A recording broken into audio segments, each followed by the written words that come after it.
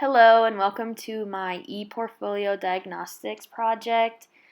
I am Julia Gardner and I'm going to be talking about my project. I'm going to be highlighting good things in it and I will talk about my plans after graduation as well. So, just a brief introduction to myself. My name is Julia Gardner, like I said. I'm 22 years old.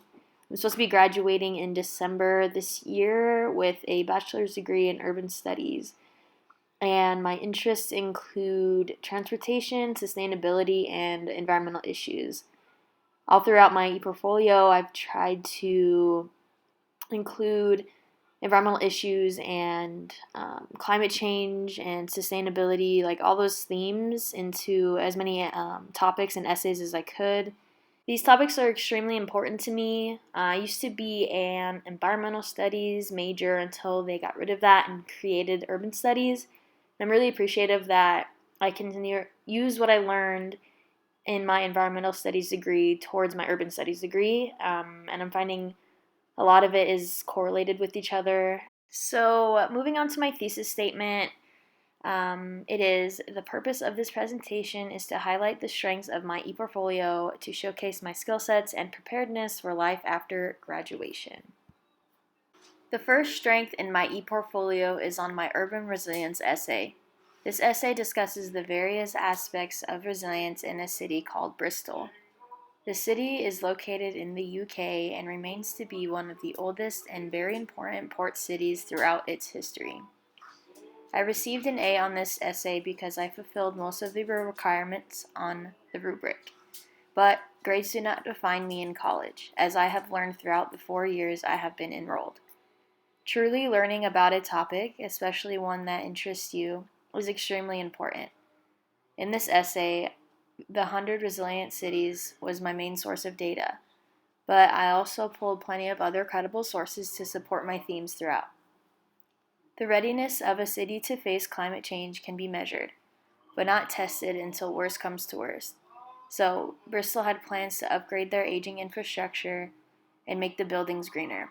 I did extensive research on this port city, finding out new ways for a greener future, strategies they were planning, and I even wrote another essay in my portfolio on Bristol. The second strength in my ePortfolio is my quality of governance essay. This topic was not new to me, but the actual topic I chose was new territory. The purpose of this essay was to determine whether public transportation has improved and to focus on greener, more efficient ways of transportation and how they can flourish. Government funding plays a huge role in bettering transportation, so this essay digs into where the money is actually going and if it's being used to benefit their people. The essay also focuses on a city that plays as a model for other cities when it comes to transportation, which is Portland, Oregon. Lastly, I included new technologies that bring promise to a cleaner and faster system. Focusing on government and how funding and grants work was all new to my research and surprisingly difficult to find. In my conclusion, I focused on something that is familiar to all of us and to truly connect the topic with the audience. My conclusion reads, public transportation in cities that lack a reliable system struggle with city infrastructure. For example, Las Vegas primarily relies on the automobile for transportation due to the city's infrastructure. The downtown area utilizes most of the public transportation due to the shorter sidewalks and closer streets, making it easier for pedestrians to ride the bus and walk. Cities across the West are structured this way, with long roads and no crosswalks to limited transportation areas. Many cities on the western side of the U.S. need their governments and communities to focus on how improving their transportation systems can be possible if the funding is available and patience is present.